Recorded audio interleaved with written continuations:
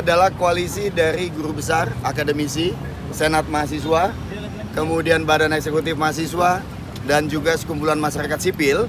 Mereka yang berada di organisasi kepemiluan, organisasi hak asasi manusia, organisasi penegak demokrasi, kelompok teman-teman yang bergerak di isu pertanahan, lingkungan hidup, dan sebagainya, yang hari ini datang untuk mendukung keputusan Mahkamah Konstitusi.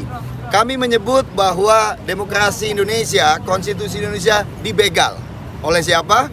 Oleh koalisi besar yang dipimpin oleh Presiden Jokowi, yang memanfaatkan Dewan Perwakilan Rakyat untuk kepentingan pelanggengan kekuasaannya.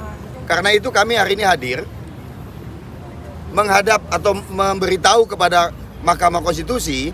Yang disebut kami ini diantaranya adalah beberapa tokoh sepuh. Ada Ibu Sinta Nuria Abdurrahman Wahid, ada Ibu Komi Omaria Majid, ada Eri Riana Harja Pamekas, ada Heni Supolo, ada Profesor Meling Uy Gardiner, guru besar emeritus, ada Profesor Magdi Suseno dari STF Dirgakara dan juga sejumlah dosen Dirgakara lainnya, ada Gunawan Muhammad, Karlina Supeli, Yanuar Nugroho, dan banyak sekali, Usman Hamid, yang hari ini ingin menyatakan bahwa DPR dan Presiden telah ugal-ugalan membajak demokrasi kita.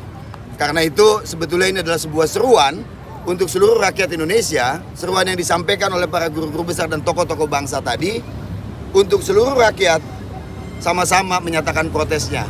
Kalau di Jakarta, teman-teman warga bisa datang ke DPR, ke MK, dan KPU, tapi di seluruh kota-kota di Indonesia, teman-teman warga dipersilakan untuk datang ke Komisi Pemilihan Umum di kota masing-masing. Saya kira itu tujuan kami datang kemarin. Pak, kan kalau hari ini ternyata jadi disahkan begitu ya, undang-undang yang kemarin sudah diputuskan dalam balan DPR. Terus bagaimana Pak akhirnya? Kan ini untuk mengawal keputusan MK, tapi kan otomatis jadinya dianulir gitu. Ada kawan-kawan di bidang konstitusi, diantaranya teman-teman yang juga ahli konstitusi akan mengajukan gugatan kembali, peninjauan kembali.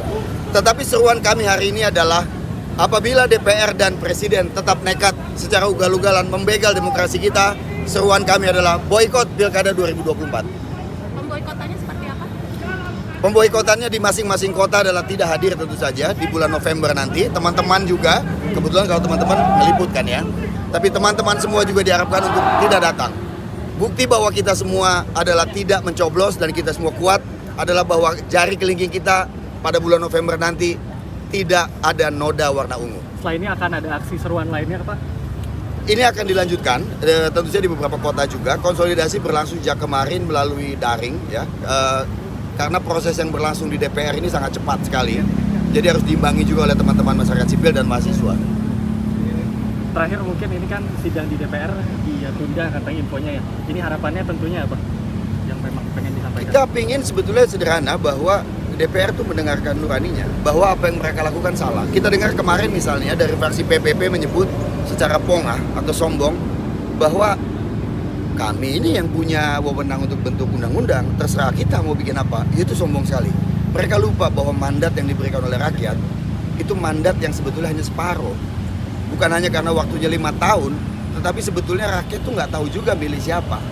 Jadi masuknya mereka itu kita tahu di DPR adalah hasil kong kali kong politik juga sebelumnya. Nah kesadaran itu yang harus mereka punya. Ini gini sederhananya, kita semua tahu kok ini salah. Orang-orang DPR itu juga tahu ini salah. Tapi kenapa mereka masih berbuat kesalahan dan meneruskan kesombongannya itu? Itu yang mereka harus kembali kepada nuraninya masing-masing.